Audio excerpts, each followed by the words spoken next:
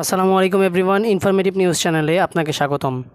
চলতি বছরের 23 ফেব্রুয়ারি social media ফেসবুকে এক পোস্টে দ্বিতীয় বিয়ের কথা জানান ইউটিউবার ও ছোট পর্দার অভিনেতা তামিম মৃধা।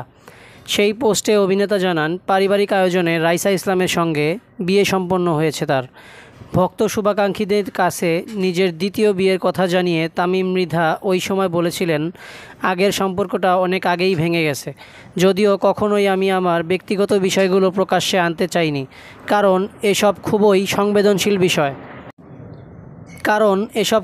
সংবেদনশীল বিষয়। তবে তামিম মৃধার দ্বিতীয় বিয়ের খবর প্রকাশ্যে আসার পর বেশ সমালোচনা হয়েছিল। এর আগে তার প্রথম বিয়ে নিয়েও সমালোচনা হয়েছিল সোশ্যাল মিডিয়ায়।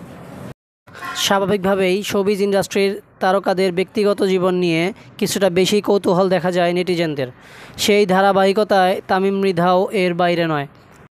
প্রথম ও দ্বিতীয় বিয়ের পর এবার দ্বিতীয় বিয়েতে নাচের ভিডিও ও গানের কথা নিয়ে নতুন করে সমালোচনার মুখে পড়েছেন এ তরুণ ইউটিউবার।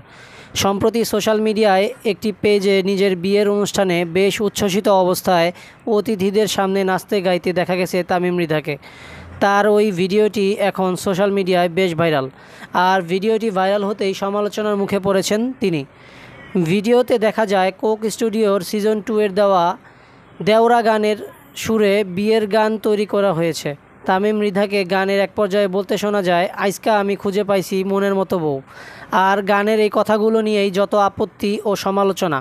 কেননা এর আগে 2019 সালে দীর্ঘদিনের প্রেমিকা ফাইরোজ ইয়াসমিনকে বিয়ে করেছিলেন তামিম মৃধা। পরবর্তীতে সেই সম্পর্ক বিচ্ছেদ হয়। নেটিজেনদের মতে দীর্ঘদিন প্রেম করে প্রেমিকাকে জানা শোনার পরই বিয়ে করেছিলেন তামিম। তিনি কি মনের মতো ছিলেন না? যদি না হয়ে থাকতো তাহলে তাকে কেন বিয়ে করেছিলেন? তামিমের দ্বিতীয় বিয়ের গানের ভিডিওটি ছায়াছবি নামের একটি পেজ থেকে পোস্ট করা হয়েছে।